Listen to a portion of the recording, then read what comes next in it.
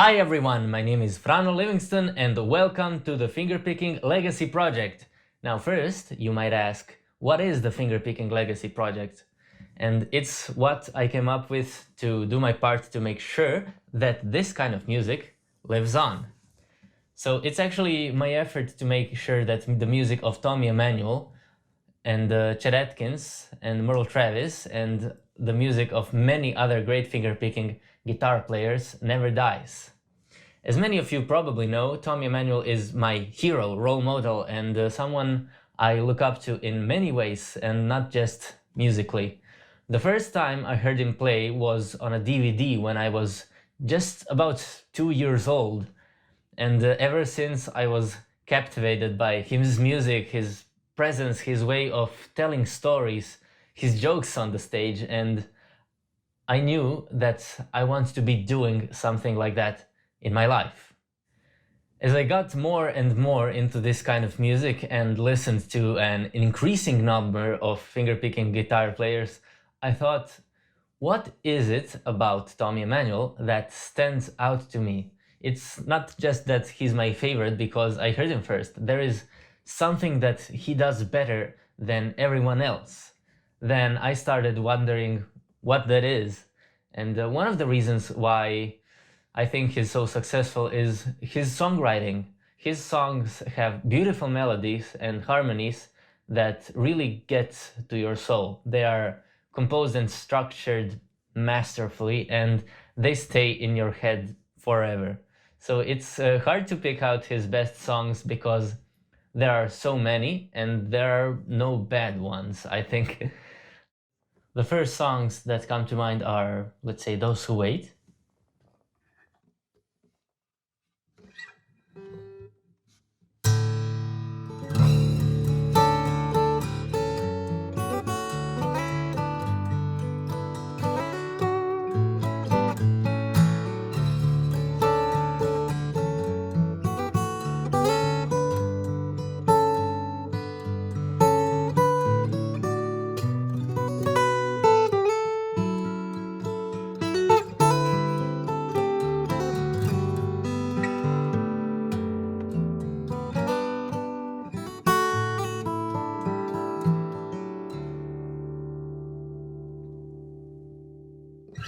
Angelina, for example.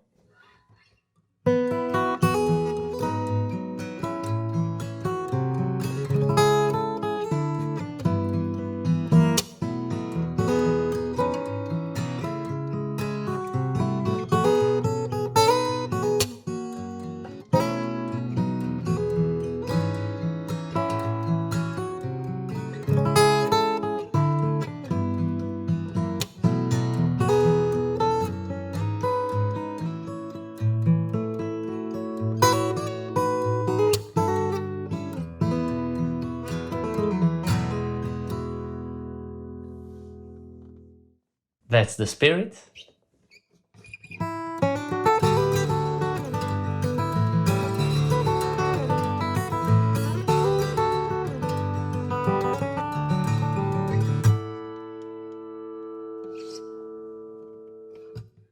Mombasa is one of his more popular ones.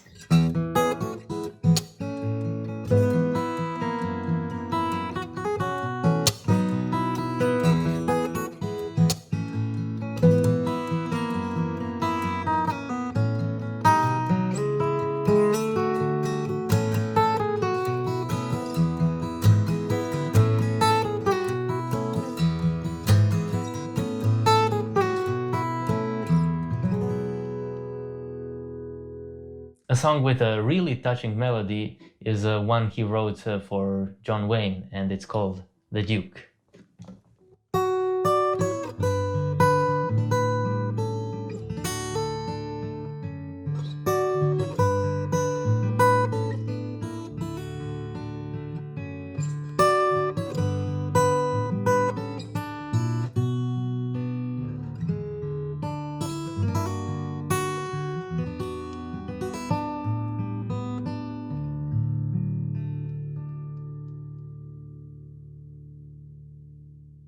His arrangements also really stand out, and they always stay true to the original. and he always tells me to keep in mind what the composer intended when I'm arranging a song for acoustic guitar.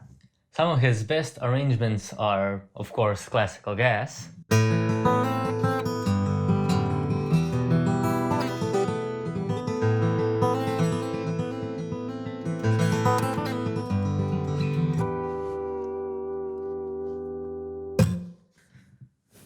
Of course, Somewhere Over the Rainbow.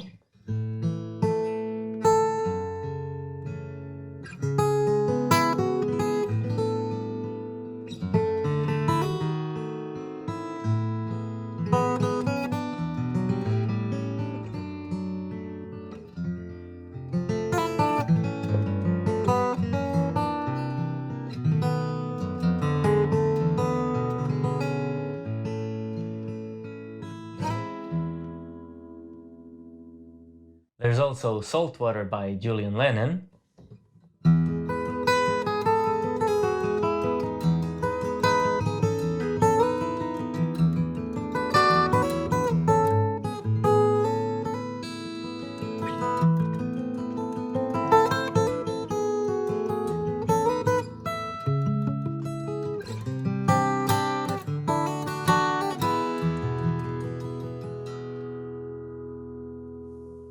His amazing medley of Beatles songs.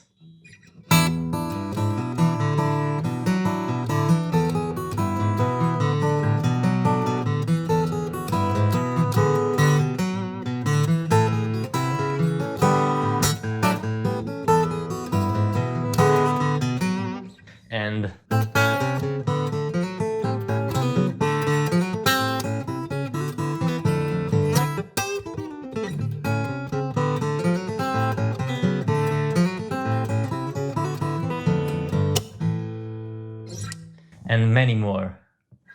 He's also one of the first people to add the percussive element to the songs he plays, and he really made the acoustic guitar sound like a one-man band.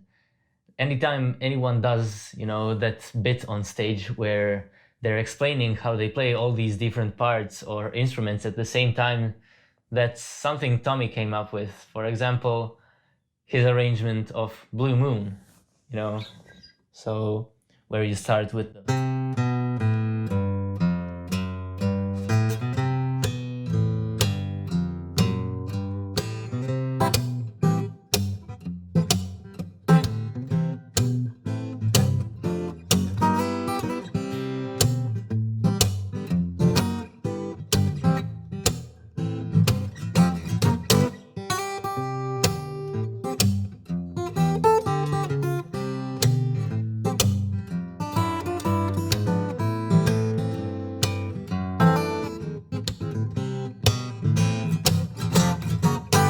Another reason is his incredible showmanship and storytelling.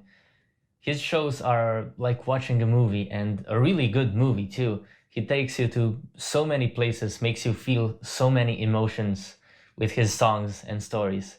It's also different every concert. The audience never knows what they are going to get, but they always leave fulfilled and having had a great time. There are a lot of videos, articles, and even a documentary about Tommy, but today I'm giving it a go because this is the person who had an incredible influence on me since my youngest age. I was hooked on his live at St. Louis concerts since I was 2 years old, and many other albums and concerts since. And even though I am a classical trained guitarist, fingerpicking is something I learned on my own, mostly because of Tommy Emmanuel. I listened to all his interviews and workshops that I could find on YouTube and asked the man himself some questions when I had the opportunity, all to get some insight on how he thinks about music and how he thinks about music business. And his support is priceless to me, and on the incredibly low chance that you clicked on my video without previously having heard of Tommy Emmanuel, go check out all the stuff I just mentioned. He's one of the greatest guitarists to ever live, and he's also an exceptionally kind person who does so much for the next generation of fingerpickers. Here's a bit how he thinks about songwriting from our conversation. And actually, the last lot of songs that I wrote, like Scarlet's World and Black and White to Color, I still drew on my roots. You know, the roots of my music goes back to beyond Chet. It goes to a band called The Shadows, where the melody against the chord is everything, and it was beautiful. And so, you know, when I wrote Scarlet's World, I tried to make a melody that was singable.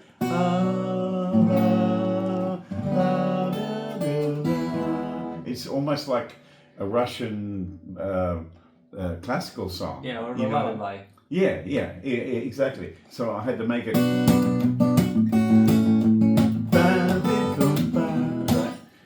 And then as soon as I did that, my instincts told me, okay, then make it a bit like Dire Straits. So I did it.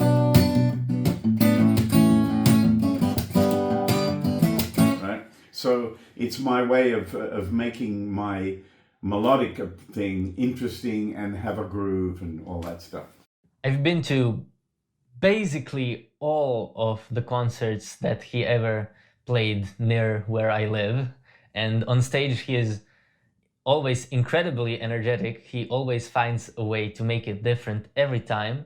He often spices up the show with a few surprises. For example, when we were playing together, he throws in a tempo change, an extra song, percussions, a surprise solos, other tomfoolery.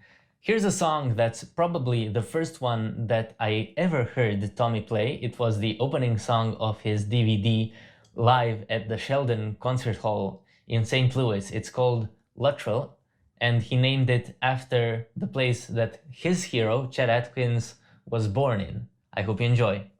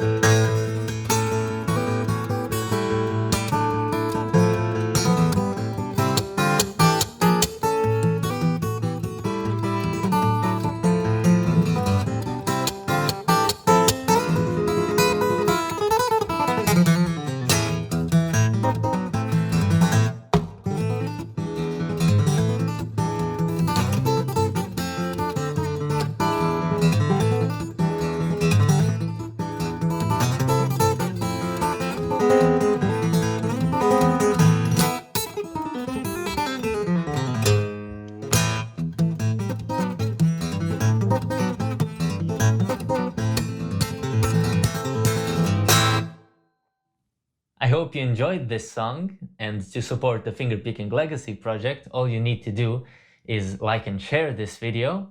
You can smash that subscribe button, and for something a little extra, you can even join me on my Patreon page, which I've just opened. So there isn't a lot of stuff there yet, but for example, you can make a request for me to learn or play some of Tommy's or other thumb picking master songs, and I will record my thought and learning process about the song for you. That would be it for today, and remember to always keep it real.